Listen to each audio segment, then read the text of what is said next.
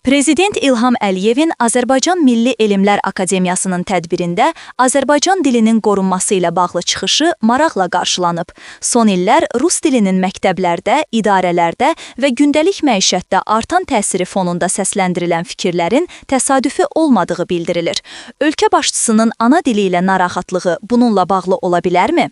Hansı tədbirlər görülməlidir? Globalinfo.az-a danışan deputat Aydın Hüseynov bildirib ki, ölkə başçısının səsləndirdiyi fikirlər Azərbaycan dilinin milli kimlik, dövlətçilik dayağı kimi əhəmiyyətinə yönəlmiş mesajı idi. Dövlət başçısının ana dili ilə narahatlığı bununla bağlı ola bilərmi?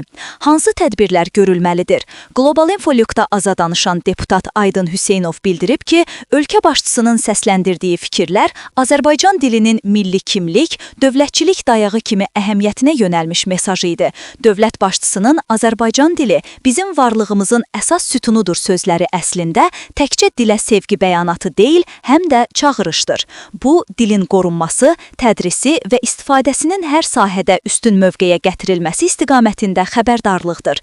Təəssüf ki, son illər bəzi sosial və informasiya mühitlərində, eləcə də gündəlik ünsiyyət məkanlarında dilimizin sıxışdırılması müşahidə edilir.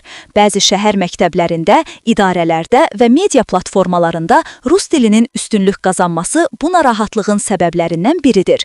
Prezidentin dil məsələsindəki həssaslığı da məhz bu reallıqla bağlıdır. Dövlət dilinin mövqeyinin zəifləməsinə qarşı vaxtında və prinsipial reaksiya lazımdır.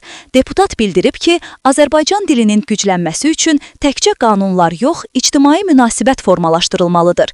Məktəblərdə dil tədrisinin keyfiyyatı artırılmalı, dövlət müəssisələrində ana dilində yazışma və sənədləşmə məcburi şəkildə aparılmalı. Media, sosial platformalarda dilimizin istifadəsinə nəzarət gücləndirilməlidir.